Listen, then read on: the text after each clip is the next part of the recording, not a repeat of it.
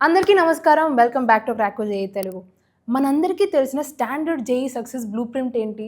JEE advance clear చేయడం, top 200లో ఒక మంచి ర్యాంక్ కొట్టడం, ఆ పైన కళ్ళు మూసుకొని ఐఐటీ బాంబే లేదా ఐఐటీ ఢిల్లీలో సీఎస్ఈకి వెళ్ళిపోవడం. ఎందుకంటే సీఎస్ఈ అంటే అల్టిమేట్ హోలీ గ్రెయిల్ కదా! Guaranteed 40 LPA, instant tech prestige and ఆ లగ్జరీ డెస్క్ జాబ్‌కి డైరెక్ట్ టికెట్ కదా! కానీ ఒక్కసారి ఒక ఏఐఆర్ 179 వచ్చిన టాపర్ గురించి ఆలోచిద్దాం. ఈ ర్యాంక్‌కి దేశంలో ఏ ప్రీమియర్ సాఫ్ట్‌వేర్ ప్రోగ్రామ్ అయినా ఈజీగా వస్తుంది. అయినా కూడా జోసా 2026 కౌన్సెలింగ్‌లో ఈ టాపర్ సివిల్ ఇంజినీరింగ్ చూజ్ చేసుకున్నాడు. యెస్, మీరు విన్నది నిజమే. ఇది ఏదో ఒక బిజార్ వన్ ఆఫ్ కేస్ కాదు. ఇండియన్ ఇంజినీరింగ్‌లో ఒక పెద్ద స్ట్రక్చరల్ షిఫ్ట్ జరుగుతుంది. దశాబ్దాలుగా నడుస్తున్న ఈ బ్లైండ్ సీఎస్ఈ రేస్ ఇప్పుడు కాస్త అలిసిపోయినట్లుగా అనిపిస్తుంది. అందుకే మన కంట్రీలోని బ్రైటెస్ట్ మైండ్స్ మళ్ళీ కోర్ సెక్టర్స్ వైపు చూడడం స్టార్ట్ చేశారు. ఇవాళ మనం అసలు ఈ ఐఐటీ టాపర్స్ సడన్‌గా కోడింగ్‌ని వదిలేసి కాంక్రీట్ వైపు ఎందుకు వెళ్తున్నారో ఆలోచిద్దాం. ఎందుకంటే డేటా డస్ నాట్ లై.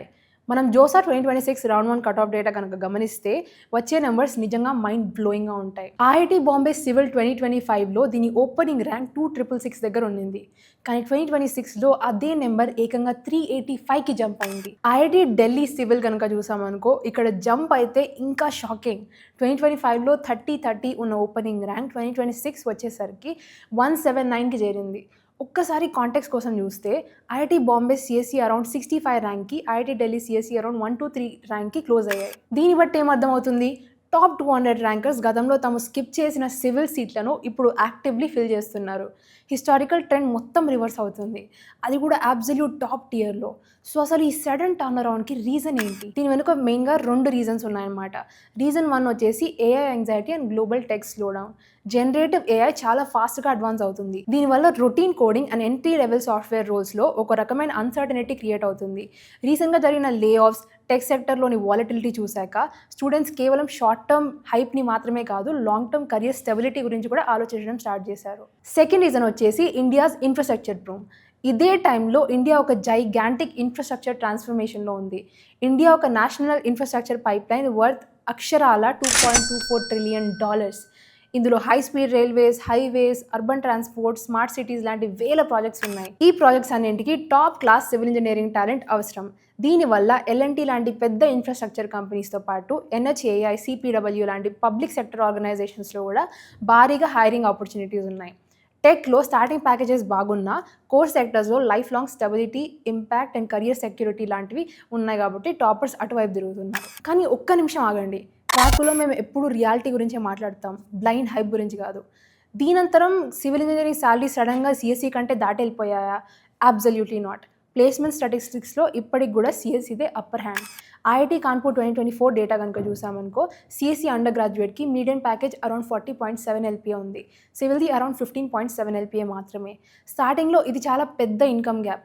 పైగా సివిల్ ప్లేస్మెంట్ రేట్ కూడా సిఎస్ఈ కంటే తక్కువే. ఐఐటీ బిహెచ్యూ 2025 డేటా కనుక చూసామనుకో, ఇక్కడ కూడా same trend.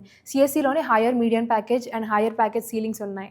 So salary gap ఇంతలా ఉన్నప్పుడు మరి టాప్ ర్యాంకర్స్ సివిల్ వైపు ఎందుకు వెళ్తున్నారు?